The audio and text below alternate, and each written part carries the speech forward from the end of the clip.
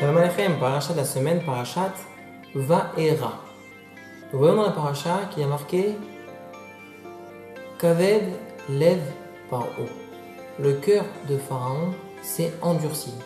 Voilà ce qui entraînait le fait que Pharaon subissait plaie après plaie. Dam, Sephardéa, Kinim, les 10 plaies. Pourquoi? Parce que son cœur s'endurcissait. Le Midrash va plus loin et il nous dit que Kaved Lev Paro, qui signifie s'endurcissait le cœur de Pharaon, en réalité ce terme de Kaved, s'endurcir, peut également se comprendre comme foie, le foie, l'organe, le foie. En hébreu, un foie on l'appelle Kaved. Et le Midrash nous dit qu'au même titre que le foie est rempli de colère, ainsi le Lev, le mot d'après, Kaved Lev Paro, le cœur de Pharaon était rempli de colère. Ça veut dire quoi? Eh bien, en effet, il faut connaître une Gemara qui se situe dans le traité Brachot, qui nous dit que chaque organe, eh bien, représente une certaine, à sa fonction. Le cœur, par exemple, c'est la compréhension. Et le foie, c'est l'organe de la colère. Quelqu'un qui contrôle sa colère, eh bien, le travail se situe au niveau de son foie. Et quelqu'un qui est chaud bouillant et qui a le sang chaud, comme dirait l'autre, eh bien, en réalité, c'est son foie le boost. D'ailleurs, le foie, c'est l'organe qui est rempli le plus de sang. Eh bien, du coup, l'homme sage, c'est celui qui arrive à contrôler sa colère et non pas à se faire dominer par sa colère. Donc, celui qui contrôle sa colère finalement, au lieu d'écouter son foie, au lieu que ce cœur écoute ce foie qui veut l'induire et l'inciter à la colère, eh bien le cœur préfère écouter le cerveau, la sagesse qui lui dit « Mais non, arrête tes bêtises, calme-toi ». Et donc du coup, on a un cycle qui est composé tout d'abord du mohar, du cerveau, qui dirige le lev, le cœur, et du coup le cœur lui-même contrôle la colère, contrôle le foie, le kaved.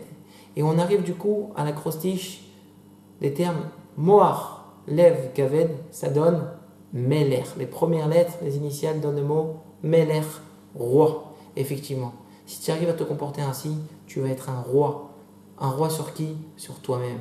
Tu vas régner sur ton corps. Tu seras dominant sur ton corps. Tu pourras contrôler tes comportements.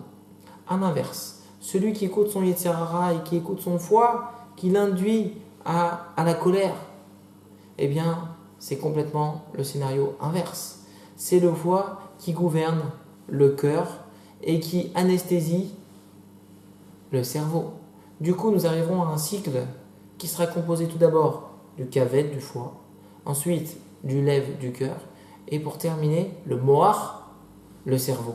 On arrive du coup, kaved, lev, mohar, et bien l'acrostiche, on arrivera les premières lettres arriveront au mot kalem, qui signifie destruction, anéantissement. Donc du coup, la meilleure recette pour arriver à la défaite, pour tomber, pour chuter, eh bien c'est justement la colère. C'est ce que nous pouvons apprendre de Pharaon. Pourquoi? Parce que Pharaon finalement, qu'est-ce qu'il a gagné à s'entêter, à endurcir son cœur, à se mettre en colère? Qu'est-ce qu'il a gagné à tout ça? Il a gagné que des plaies, sur plaies, sur plaies, sur plaies, sur plaies. Rien du tout. La colère ne fait rien gagner, mais au contraire, ne fait que perdre. Eh bien, Pharaon, comme nous dit le Rambam, c'est finalement l'exemple de celui qui se laisse bouffer et dominer par son Yetzer Hara. Tu veux voir celui qui se laisse bouffer par son Yetzer Hara, à quoi il va arriver? Regarde Pharaon. Regarde les galères qu'il a eues après, jusqu'à se faire, lui et tout son peuple, partir dans la mer Rouge, anéantir dans la mer Rouge. Eh bien, Bezrat Hashem, suivons ce chemin en comprenant que la colère, c'est une recette qui est totalement négative, qui amène la destruction. Et au contraire, préférons le calme et l'atmosphère serein. Et Bezrat Hashem, ainsi, nous suivrons les chemins d'Akadosh Baruch Hu et bénéficierons de toutes ces brachot. Amen et Amen. Shabbat Shalom.